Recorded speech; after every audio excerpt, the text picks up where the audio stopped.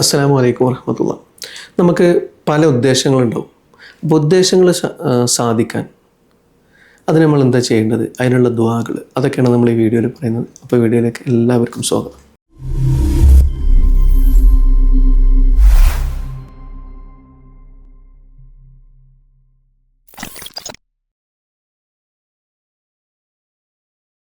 ഉദ്ദേശങ്ങളെന്ന് പറയുമ്പം നമുക്കൊരു കൃത്യമായ നീയത്തുണ്ടാവും.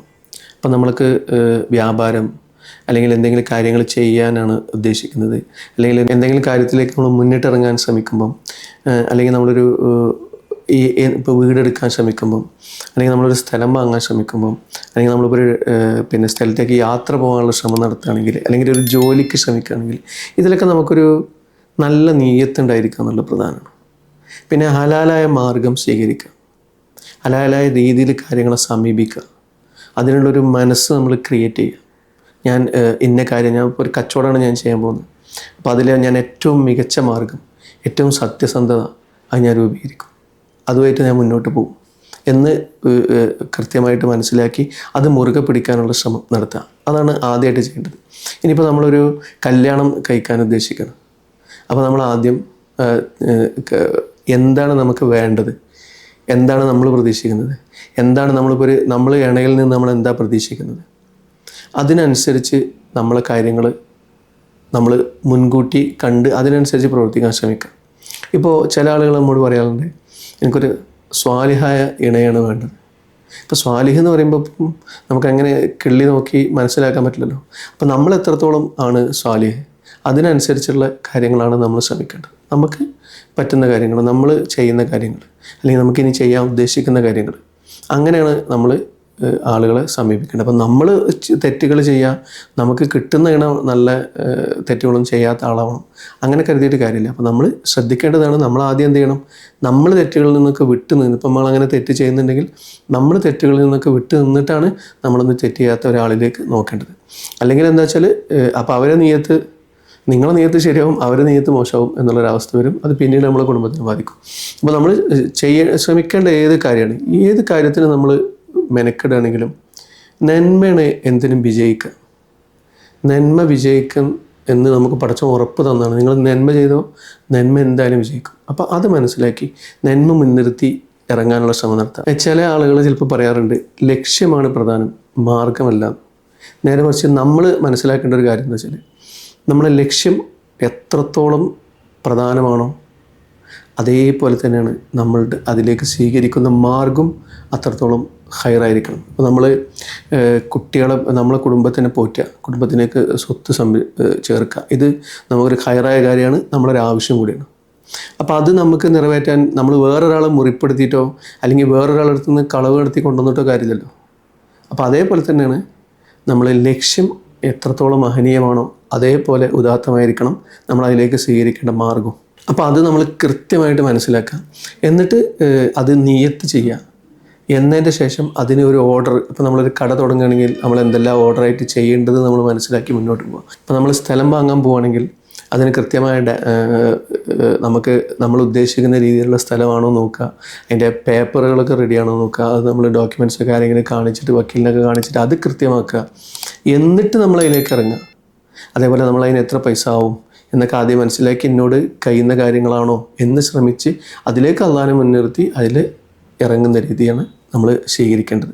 അല്ലാതെ നമുക്ക് ചെയ്യാൻ പറ്റുന്ന കാര്യങ്ങളൊന്നും ചെയ്യാതെ, ഇപ്പോൾ വീട് എടുക്കണമെന്ന് ആഗ്രഹിച്ച് വീടിന് എല്ലാ പണികളാണ് തുടങ്ങും, വീട് അവസാനം പെർമിറ്റ് കിട്ടുന്നില്ല, ഡാറ്റാ ബാങ്കിൽ പെട്ട സ്ഥലമാണ്, നമ്മൾ അറിയില്ലായിരുന്നു, എന്നിട്ട് പെർമിറ്റ് കിട്ടുന്നില്ല, നമ്പർ കിട്ടുന്നില്ല, അല്ലെങ്കിൽ പൊളിച്ച് കളയാൻ പറഞ്ഞു, റോഡിൽ നിന്ന് കൃത്യമായ അകലം പാലിക്കാത്തതുകൊണ്ട് പൊളിച്ച് കളയാൻ പറഞ്ഞു, അതിനെന്തെങ്കിലും ചെയ്യാൻ പറ്റുമെന്നൊക്കെ ചോദിക്കുന്ന ആളുകൾ നമ്മുടെ അടുത്ത് ഇഷ്ടം പോലെ വരാറുണ്ട്. അപ്പം നമ്മൾ മനസ്സിലാക്കേണ്ടതാണ്, നമുക്ക് ചെയ്യാൻ പറ്റിയ കുറേ കാര്യങ്ങളുണ്ട്, അത് നമ്മൾ കൃത്യമായി പാലിച്ചിട്ടാണ് നമ്മൾ അതിലേക്ക് മുതിരേണ്ടത്. അതേപോലെ നമ്മൾ വ്യക്തമായി നമ്മുടെ അടുത്തൊരു പദ്ധതി ഉണ്ടായിരിക്കണം. നമ്മളൊരു കാര്യം ചെയ്യാൻ പോകുമ്പോൾ നമ്മളടുത്ത് കൃത്യമായൊരു പദ്ധതി ഉണ്ടായിരിക്കണം. അതിന് നമ്മളൊരു കൃത്യമായി നമ്മളതിനെക്കുറിച്ച് പഠിച്ച് അറിവ് നേടി, നമ്മൾ ഒരു കല്യാണം കഴിക്കാൻ പോകണമെങ്കിലും നമ്മളെക്കുറിച്ച് ആദ്യം മനസ്സിലാക്കണം. നമ്മളൊരു കച്ചവടം തുടങ്ങാൻ പോകണമെങ്കിലും നമ്മളെക്കുറിച്ച് മനസ്സിലാക്കണം, നമ്മൾ ആ തുടങ്ങാൻ പോകുന്ന സാധനത്തിനെ കുറിച്ച് മനസ്സിലാക്കണം, നമുക്ക് പറ്റിയതാണോ എന്ന് മനസ്സിലാക്കണം, നമുക്ക് എത്രത്തോളം അത് കൊണ്ടുപോകാൻ പറ്റും, നമ്മൾ ഇതിൽ ഒതുങ്ങുന്നതാണോ, നമ്മൾക്ക് അതിന് ക്യാപ്പബിലിറ്റി ഉണ്ടോ എന്നുള്ളതൊക്കെ നമ്മൾ മനസ്സിലാക്കണം. ഇനി നമ്മളൊരു പഠനത്തിലേക്കാണ് പോകുന്നതെന്നുണ്ടെങ്കിൽ അത് എനിക്ക് പഠിക്കാൻ പറ്റിയതാണോ,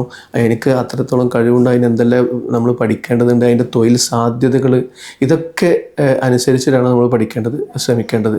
ഇനിയിപ്പോൾ നമ്മളൊരു തൊഴിൽ ശ്രമിക്കുകയാണെങ്കിൽ, നമ്മളൊരു ജോലിക്ക് ശ്രമിക്കുകയാണെങ്കിൽ ആ ജോലി എനിക്ക് പറ്റുന്നതാണോ, എനിക്ക് ചെയ്യാൻ പറ്റുമോ, എന്നെ കൊണ്ട് അങ്ങനെയുള്ള എല്ലാ കാര്യങ്ങളും നമ്മൾ നോക്കിയതിൻ്റെ ശേഷം, ഇപ്പോൾ ദൂരം, ചില ആളുകൾക്ക് ദൂരെ പോയി ജോലി ചെയ്യാൻ പറ്റില്ല, അപ്പോൾ അത് നോക്കണം, അവിടെ പോകാൻ പറ്റുമോ, അല്ലെങ്കിൽ അത്രയും ദൂരം എനിക്ക് ദിവസം സഞ്ചരിക്കാൻ പറ്റും, അല്ലെങ്കിൽ ഇപ്പോൾ നമ്മൾ ഇത്ര ദിവസം അവിടെ ഇപ്പം ഒരു ശമ്പളത്തിന് നമ്മൾ ആ സ്ഥലത്ത് പോയി ജോലി ചെയ്യുന്നതുകൊണ്ട് എനിക്കത് ലാഭമാണ്, നമ്മൾ വാടക, വണ്ടിക്കൂലി ഇതൊക്കെ കൊടുത്ത് അവിടെ താമസിക്കുമ്പോൾ അത് നമുക്ക് നഷ്ടമാണോ ലാഭമാണോ, അതൊക്കെ നമ്മൾ നോക്കിയിട്ട് ആണ് അതിലേക്ക് ഇറങ്ങേണ്ടത്. അപ്പോൾ കൃത്യമായി നമ്മൾ പഠിച്ച് മനസ്സിലാക്കി നമ്മളെ കൊണ്ട് കഴിയുന്നതാണോ എന്നും കൂടി നോക്കിയിട്ടാണ് നമ്മൾ ഇറങ്ങേണ്ടത്. ഇപ്പോൾ നമ്മളൊരു പ്രവൃത്തികളൊക്കെ തുടങ്ങാൻ ഉദ്ദേശിക്കുന്ന ആളുകൾ, പോകാൻ അത് ചെയ്യാൻ ഉദ്ദേശിക്കുന്ന ആളാണെങ്കിൽ എല്ലാ നിസ്കാരത്തിന് ശേഷം സൂറത്തുൽ അംബിയായിലെ 87-ാമത്തെ ആയത്ത്, അത് നമുക്കിപ്പം ഹാജത്തിൻ്റെ നിസ്കാരം നിർവഹിക്കുന്നവരാണെങ്കിൽ നമ്മളൊരു കാര്യത്തിന് ഇറങ്ങാൻ പോകുമ്പം അത് നിസ്കരിച്ചതിന് ശേഷം 2 റക്അത്ത് ഹാജത്തിൻ്റെ നിസ്കാരം നിസ്കരിച്ചതിന് ശേഷം ഈ ദുആ ചെയ്യാം. ഇത് യൂനുസ് നബിൻ്റെ ദുആ ആണ്. അപ്പോൾ ഇത് അതായത് ഈ ആയത്ത് സൂറത്തുൽ അംബിയയിലെ 87-ാമത്തെ ആയത്ത്, അതായത് നമ്മൾക്ക് വളരെ കഷ്ടകാലമാണ് നമുക്ക്. അപ്പോൾ കഷ്ടകാലത്ത് നമ്മൾ ചില കാര്യങ്ങൾക്കൊക്കെ ഇറങ്ങുമല്ലോ, അപ്പോൾ ആ സമയത്ത് നമുക്ക് ഏറ്റവും ചെയ്യാൻ പറ്റിയ ദുആ ആണ് ഞാനീ പറഞ്ഞു തന്ന യൂനുസ് നബിൻ്റെ ദുആ. അത് സൂറത്തുൽ അംബിയ 87-ാമത്തെ ആയത്താണ്.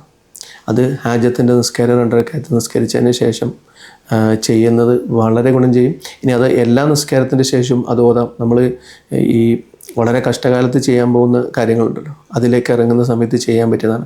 അതൊരു 21 വട്ടം അല്ലെങ്കിൽ 45 വട്ടം, അങ്ങനെ നിങ്ങൾക്ക് ഓതാൻ പറ്റുന്ന അത്ര ചെയ്യാം. അതേപോലെ കുടുംബത്തിൻ്റെ എന്തെങ്കിലും ആവശ്യത്തിലേക്ക്, നേതൃത്വപരമായിട്ടുള്ള എന്തെങ്കിലും കാര്യത്തിലേക്ക്, ഇപ്പോൾ ഒരാൾ നമ്മളെ നേതൃത്വത്തിലേക്കൊക്കെ ക്ഷണിച്ചു, നമ്മളിപ്പോൾ ഒരു പള്ളീൻ്റെ സെക്രട്ടറിയോ അല്ലെങ്കിൽ രാഷ്ട്രീയപരമായിട്ടുള്ള എന്തെങ്കിലും കാര്യത്തിലേക്കൊക്കെ വന്നു കഴിഞ്ഞാൽ പിന്നെ നമ്മൾ ചെയ്യുന്ന പ്രവൃത്തികളൊക്കെ നല്ല ഹൈറുള്ളതും നമ്മളെ ഉദ്ദേശങ്ങൾ സാധിപ്പിച്ചൊക്കെ തരാൻ വേണ്ടിയിട്ട് നമുക്ക് നിയത്ത് ചെയ്ത് ഓതാവുന്ന, എല്ലാ നിസ്കാരത്തിൻ്റെ ശേഷം ഓതാവുന്ന ഒരു ആയത്താണ് 25-ാമത്തെ സൂറത്തായ സൂറത്തുൽ ഫുർഖാനിലെ 74-ാമത്തെ ആയത്ത്.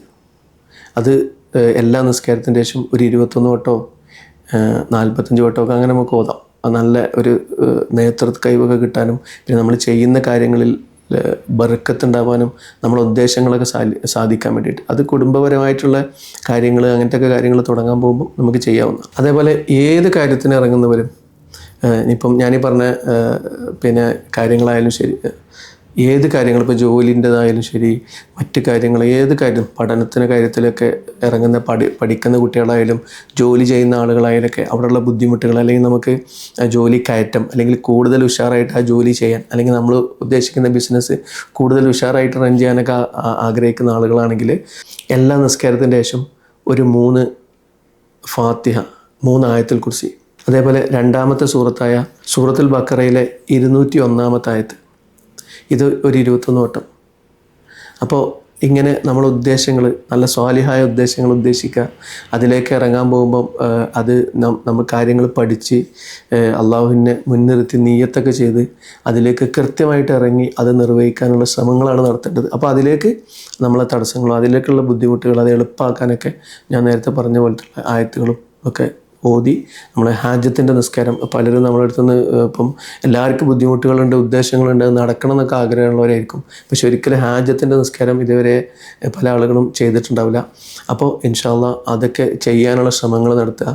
അത് നല്ല എനിക്ക് ഭയങ്കര അനുഭവങ്ങളുള്ള കാര്യങ്ങളാണ്. അപ്പോൾ ഹാജത്തിൻ്റെ നിസ്കാരങ്ങൾ ചെയ്യാൻ ശ്രമിക്കാം. ഞാൻ ഈ പറഞ്ഞ 3 ആയത്തുകൾ 21 വട്ടം വീതം ഓതി ദുആ ചെയ്ത് കാര്യങ്ങളിലേക്ക് ഇറങ്ങാവുന്നതാണ്. നല്ല ഫലം ഉണ്ടാവും.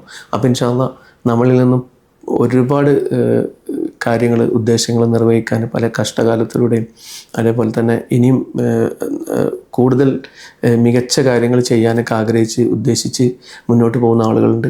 അപ്പോൾ അവർക്കെല്ലാവർക്കും അല്ലാഹു ബർക്കത്ത് ചെയ്യട്ടെ. നമ്മളെ ഉദ്ദേശങ്ങളിലും നമ്മളുടെ ജോലികളിലും നമ്മളെ പ്രവർത്തനങ്ങളിലും നമ്മളിപ്പോൾ ഈ പറഞ്ഞു കൊടുക്കുന്ന കാര്യങ്ങളിൽ വരെ അള്ളാഹു നമുക്ക് ബർക്കത്ത് ചെയ്യട്ടെ.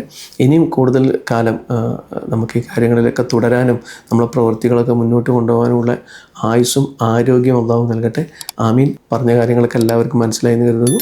വീഡിയോ ഇഷ്ടപ്പെട്ടവർ ലൈക്ക് ചെയ്യുക, ഷെയർ ചെയ്യുക, സബ്സ്ക്രൈബ് ചെയ്യുന്ന കാര്യം പരിഗണിക്കുക. അപ്പോൾ ഇൻഷാ അല്ലാഹ് അടുത്തൊരു വീഡിയോയിൽ കാണുന്നവരെ അസ്സലാമു അലൈക്കും വറഹ്മത്തുള്ളാഹി.